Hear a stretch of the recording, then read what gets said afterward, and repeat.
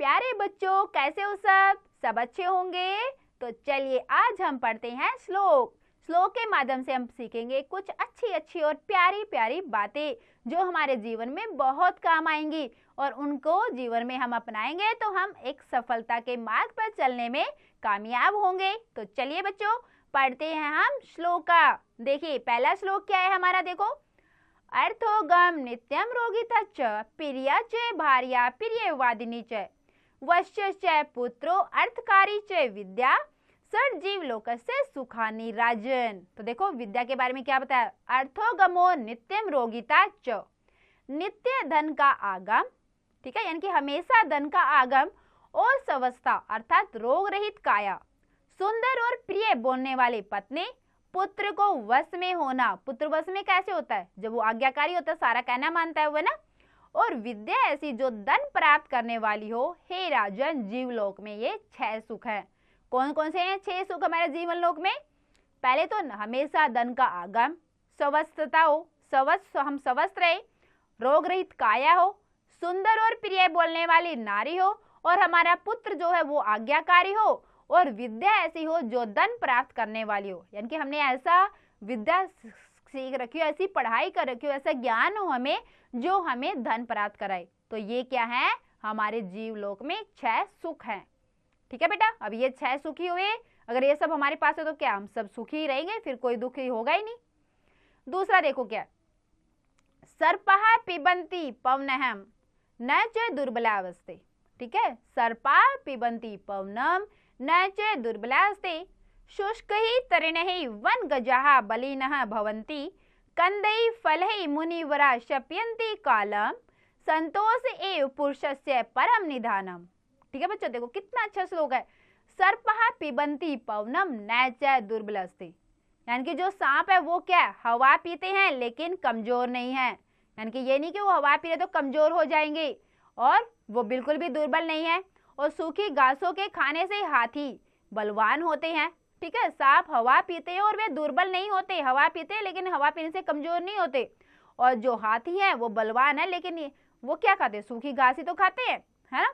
तो सूखी घास के खाने से हाथी बलवान होते हैं। कंद फलों को खाकर मुनिगण समय बिताते हैं, और जो मुनि होते हैं वो क्या करते हैं, कंद फल जो मिल गए उनको वनों में वही खाकर अपना समय व्यतीत करते हैं। इसलिए व्यक्ति का संतोष ही सबसे बड़ा खजाना है। इसलिए अगर जो व्यक्ति है उसको भी क्या है, जो उसको मिल रहा है, जो इसको भगवान उसको दे रहे हैं, ठीक है, जो उसकी किस्मत में लिखा है मिल रहा है उनको, उसी में उनको खुश रहना चाहिए, उसी में उनको संतोष करना चाहिए। ठीक है, अगला देखो तीसरा श्लोक क्या है बेटा हमारा।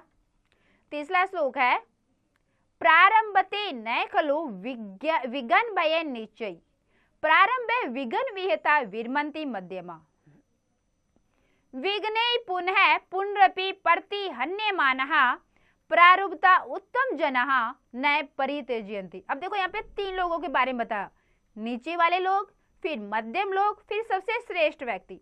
ठीक है, देखो क्या बोला, प्रारंभते न खलु विघ्न भय निश्चय। जो निम्न लोग होते हैं, जो बिल्कुल नीचे स्तर के लोग होते हैं, वो क्या करते हैं, वो कोई भी कार्य अगर आरंभ करेंगे तो क्या सोचते हैं, मैं ये कार्य आरंभ तो कर रहा हूँ, पता नहीं होगा कि नहीं पूरा, पता नहीं होगा कि नहीं पूरा, क्या पता गलत हो जाए, क्या पता ऐसे हो जाए वैसे, तो 100 कारण सोचते हैं उसके। ठीक है, तो क्या जो निम्न लोग हैं वो क्या कहते हैं, बाधाओं के डर से किसी कार्य को आरंभ ही नहीं कर पाते हैं। क्या सोचते हैं कि मैं अगर ऐसे काम करता हूँ इसमें बाधा आएंगी, बहुत सारी रुकावटें आएंगी, तो क्या करते हैं उस कार्य को आरंभ ही नहीं करते हैं, छोड़ ही देते हैं कि भाई रहने दो, इतनी सारी बाधाएं आ रही, रुकावटें आ रही, तो किस लिए करनी है। लेकिन जो मध्यम लोग होते हैं, ठीक है, वो क्या करते हैं, कार्य आरंभ तो कर लेते हैं सोच के, हाँ चलो कोई बात नहीं, बाधा आएगी तो देखी जाएगी, वो कार्य आरंभ कर लेते हैं, लेकिन विघ्नों के भय से बीच में ही छोड़ देते हैं। लेकिन जैसे उन्होंने कार्य आरंभ करा, छोटी सी मुसीबत आई इनके सामने, उन्होंने वो काम छोड़ दिया। लेकिन जो उत्तम लोग होते हैं, जो श्रेष्ठ व्यक्ति होते हैं, वो क्या कार्य को प्रारंभ करने के बाद बार बार मुसीबतें आती रही उनके ऊपर, कोई फर्क नहीं पड़ता, बार बार मुसीबतों के प्रताड़ित होने पर भी वो उस काम को बीच में नहीं छोड़ते हैं, उस कार्य को पूरा करके ही हटते हैं। ठीक है बच्चों, आया समझ में कि जो निम्न लोग हैं वो काम करने के बाद रुकावटें आएंगी, इसलिए वो काम ही नहीं स्टार्ट करते हैं, काम ही नहीं आरंभ करते हैं। लेकिन जो मध्यम लोग होते हैं वो काम तो आरंभ कर देते हैं, लेकिन एक छोटी सी मुसीबत आने पर कार्य को बीच में ही छोड़ देते हैं। लेकिन जो उत्तम व्यक्ति होते हैं वो काम आरंभ कर देते हैं और जो मुसीबतें उनके रास्ते में आती हैं उनको उनके ऊपर वार करते हुए, उनको प्रताड़ित करते हुए, पीछे छोड़ते हुए वे आगे बढ़ते रहते हैं और अपने काम को पूरा करके ही हटते हैं। ठीक है बेटा।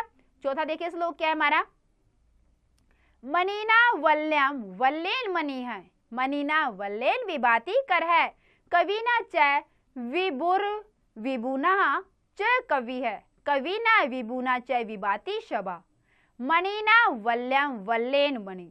ठीक है, क्या बोला गया इसमें, मणि से कंगन शोभित होता है, यानी कि जो मणि है उससे क्या होता है, कंगन सुशोभित होता है और कंगन से मणि सुशोभित होती है।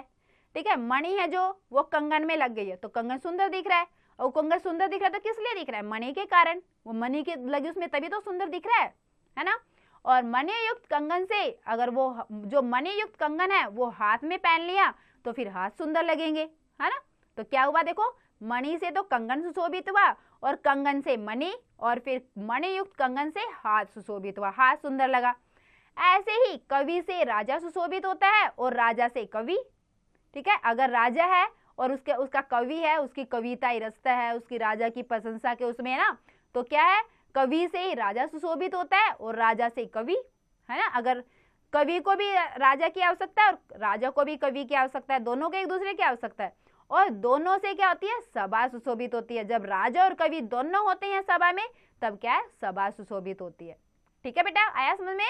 देखो, मणि से कंगन सुशोभित होता है, कंगन से मणि और मणि युक्त कंगन से हाथ सुशोभित होता है। ठीक है, और राजा से कवि सुशोभित होता है और कवि से राजा, और राजा और कवि से सभा सुशोभित होती है। ठीक है बच्चों, बहुत अच्छे श्लोक है, बहुत अच्छी चीजें बताई गई है हमें इन श्लोकों में। ठीक है बेटा, अगला देखो हमारा 5वां श्लोक क्या है, जांग्यम दियो हरति सिंचति वाची सत्यम, मानो उन्नतिम दिस्ति पापम अपकरोति, चेतम प्रसादयति दीक्षु तनोति कीर्तिम, सत्संगति कथम किम न करोति पुषाम। ठीक है, जांग्यम दियो हरति सिंचति, क्या बताया देखो, इसमें जांग्यम होता है बुद्धि जड़ता को हरती है। ठीक है, जो हमारी बुद्धि है वो किसको हरती है, जड़ता को, और वाणी सत्यता को सींचती है, अर्थात सत्यता का वो संचार करती है, और मान में उन्नति करती है, यानी कि हमारा मान सम्मान बढ़ाती है, पाप को दूर करती है, मन को खुश करती है, दिशाओं में कीर्ति फैलाती है, हमारा यश फैलाती है चारों दिशाओं में। बताओ सत्संगति मनुष्यों का क्या क्या कल्याण नहीं करती है, यानी कि सत्संगति क्या मनुष्यों का बहुत कल्याण कर दिया है, अर्थात सत्संगति के द्वारा मनुष्य अपना जीवन सफल बना लेता है। ठीक है, सत्संगति तो होती है हमारी, अगर हम अच्छी संगति में रहे तो हमारा जीवन सफल हो जाएगा। अगर हमारे पास चाहे कितनी भी विद्या हो, कैसे भी हम विद्या ग्रहण कर ले, मन लगा ले पढ़ाई में, लेकिन हमारी संगति अच्छी नहीं होगी तो क्या हम सफलता के मार्ग पर चल ही नहीं सकते, अपने लक्ष्य तक नहीं पहुंच पाते, बीच में ही छूट जाएंगे। इसीलिए जीवन में अगर सफल होना है तो क्या जरूरी है, हमें सबसे जरूरी होती है सत्संगति, अच्छी संगति, अच्छे लोगों के साथ रहना, अच्छे लोगों के साथ आचरण करना। ठीक है बेटा, आ गया समझ में सबको 5 श्लोक, बहुत अच्छे लगे होंगे सबको, तो सबने इन श्लोकों से कुछ ना कुछ जरूर सीखा होगा। तो चलिए बेटा हम इसका भावार्थ करते हैं।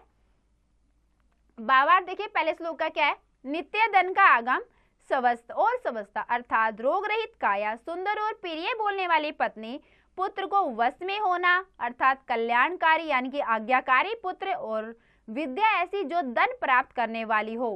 हे राजन, जीवलोक में ये 6 सुख हैं। साफ हवा पीते हैं और वे दुर्बल नहीं होते, सूखी घासों के खाने से हाथी बलवान होते हैं, कंद फलों को खाकर मुनिगण समय बिताते हैं, इसलिए व्यक्ति का संतोष ही सबसे बड़ा खजाना है। निम्न लोग बाधाओं के डर से किसी कार्य को प्रारंभ ही नहीं करते हैं, मध्यम लोग कार्य प्रारंभ करके विघ्नों के भय से बीच में ही छोड़ देते हैं, किंतु उत्तम लोग किसी कार्य को प्रारंभ करने के बाद बार बार विघ्नों के द्वारा प्रताड़ित होने पर भी बीच में नहीं छोड़ते हैं, अर्थात उसे पूरा करके ही हटते हैं। मणि से कंगन सुशोभित होता है और कंगन से मणि, मणि युक्त कंगन से हाथ सुशोभित होता है। ऐसे ही कवि से राजा सुशोभित होता है और राजा से कवि, कवि और राजा से सभा सुशोभित होती है। बुद्धि जड़ता को हरती है, वाणी सत्यता को सींचती है अर्थात सत्यता का संचार करती है, मान में उन्नति करती है, पाप बुराई को दूर करती है, मन प्रसन्न करती है, दिशाओं में कीर्ति फैलाती है। बताओ सत्संगति मनुष्य का क्या क्या कल्याण नहीं करती, अर्थात सत्संगति के द्वारा मनुष्य अपना जीवन सफल बना लेता है। ठीक है बच्चों, बहुत अच्छे समझा है सबने, बहुत ध्यान दिया है। तो चलिए अब हम करते हैं इसका अभ्यास कार्य। पहला है हमारा निम्नलिखित प्रश्नों के उत्तर दीजिए। विद्या कीदृशी स्यात्, विद्या कीदृशी स्यात् यानी कि विद्या कैसी होती है हमारी।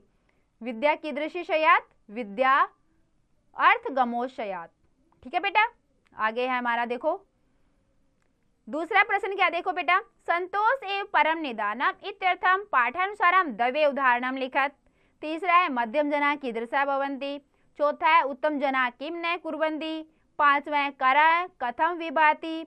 आगे छठा है सभा कथम विभाति। तो बच्चों सबने पाठ तो बहुत ध्यान से समझा है, श्लोक सबने बहुत ध्यान से समझे ही हैं, तो सब बच्चे इनका उत्तर अपने आप से लिखेंगे। ठीक है बेटा, अब देखो दूसरा क्या करना है, श्लोक पूरे करने हैं। पहला डैश डैश पिबंती, फिर शुष्कई तरणे डैश, फिर कंदई डैश शिप्यंती डैश एव डैश निदानम। ठीक है बेटा, तो ये हमें श्लोक पूरा करना है। डैश पिबंती और आगे क्या था इसमें, आगे इसमें शुष्कई तरण है। तो बच्चों ये श्लोक पूरे करने हमें। पहला श्लोक जैसे हमने कैसे लिखा, सर्पा पिबंती पवनम न च दुर्बलास्ते शुष्कई तरणे वन गजा बलिना भवन्ति। आगे है कंदई फलई मुनिव्रा शप्यंती कालम संतोषे पुरुषस्य परम निधानम। ठीक है बेटा, ऐसे हमें दूसरा श्लोक भी पूरा करना है।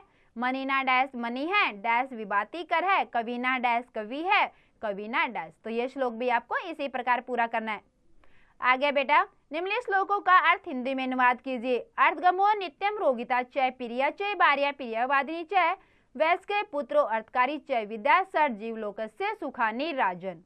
ठीक है, तो ये श्लोक हमें इसका हिंदी अनुवाद करना है। क्या है देखिए, नित्य धन का आगम, स्वस्था अर्थात रोग रहित काया, सुंदर और प्रिय बोलने वाली पत्नी, पुत्र को वश में होना अर्थात आज्ञाकारी होना, विद्या ऐसी जो धन प्राप्त करने वाली हो। तो हे राजन जीवलोक में ये 6 सुख है। ठीक है बेटा, तो ऐसे आपको दूसरे श्लोक की भी हिंदी करनी है। प्रारभते न खलु विघ्न भय निश्चय प्रारंभ विघ्न विहिता विरमंते मध्यमा विघ्न पुनः पुनर्पि प्रतिहन्य माने प्रारंभता उत्तम जना न प्रीति जंती। ठीक है बेटा, आगे चौथा प्रश्न हमारा है, निम्नलिखित वाक्यों का संस्कृत में अनुवाद कीजिए। उसका जीवन से सफल है जिसका पुत्र आज्ञाकारी है। तो क्या लिखेंगे इसका, तस्य जीवनम सफलम अस्ति यस्य पुत्र आज्ञाकारी अस्ति। ठीक है बेटा, तो वैसे आपको कंद आदि खाकर मुनिवर अपना जीवन यापन करते हैं। तीसरा, मध्यम श्रेणी के लोग कार्यों को आरंभ करके बीच में ही छोड़ देते हैं। फिर कवि और राजा से सभा शोभित होती है। फिर सत्संगति के द्वारा मनुष्य उत्तरोत्तर उन्नति को प्राप्त करता है। ठीक है बेटा, आगे पांचवा है देखो प्रश्न हमारा, निम्नलिखित शब्दों की वाक्य रचना संस्कृत में कीजिए। इनको आपको वाक्य बनाने हैं। जैसे पहला है च, तो हम क्या लिखेंगे में इसका, राम है मोहन है च पढ़ता है, राम और मोहन पढ़ते हैं। वैसे आपको न ए पुनः इनसे आपको वाक्य बनाने हैं। आगे बेटा एक्टिविटी क्रियाकलाप, इसमें आपको क्या करना है, समानार्थी शब्द लिखने हैं। ठीक है, जैसे अर्थ है वना गज, कर है प्रिया, कालम विभू, सर्प वल्यम विद्वान। ठीक है बच्चों, इनके आपको क्या लिखने हैं, समानार्थी शब्द लिखने हैं। जैसे अर्थ, अर्थ का क्या हो गया, धन वितम, तो वैसे आपको इन सब के भी समानार्थी शब्द लिखने हैं। आगे बेटा संधि विच्छेद कीजिए। पहला है नित्यम रोगिता, तो इसका क्या हो जाएगा, नित्यम जमा रोगिता। वैसे आपको वैश्य, दुर्बलास्ते, पुनरापि इन सब का आपको संधि विच्छेद करना है। अब आगे देखिए बेटा मूल्यप्रक प्रश्न, इसमें आपको क्या करना है, आप कोई कार्य शुरू करके पूरा ही करके छोड़ते हैं या विघ्नों से घबराकर बीच में छोड़ देते हैं, सोचकर बताइए। तो बच्चों ये आपको अपने बारे में बताना कि आप कोई कार्य जब आरंभ करते हैं उसको पूरा करके ही छोड़ते हो या फिर कोई भी मुसीबत आ गई तो उसको छोड़ देते हो बीच में, ऐसा करते हो आप। ऐसा सोचिए कि आपने शायद कोई ऐसा काम किया हो कि मुसीबतें आई लेकिन फिर भी आपने उनका सामना किया, अपना कार्य पूरा किया, या मुसीबतें आई तो उनके डर से पीछे हट गए। तो आपको सोचना है और इसके बारे में लिखना है। तो बेटा हमने ये श्लोक पढ़े, बहुत अच्छे श्लोक थे हमारे, बहुत ही हमें इनसे ज्ञान की बातें सीखनी पड़ी, बहुत अच्छी चीजें थी जो कि हम अपने जीवन में सफलता के मार्ग पर आगे बढ़ सकते हैं। ठीक है बेटा, बहुत अच्छे श्लोक थे। तो बेटा आप इनका एक बार और दोबारा से अभ्यास अवश्य करें।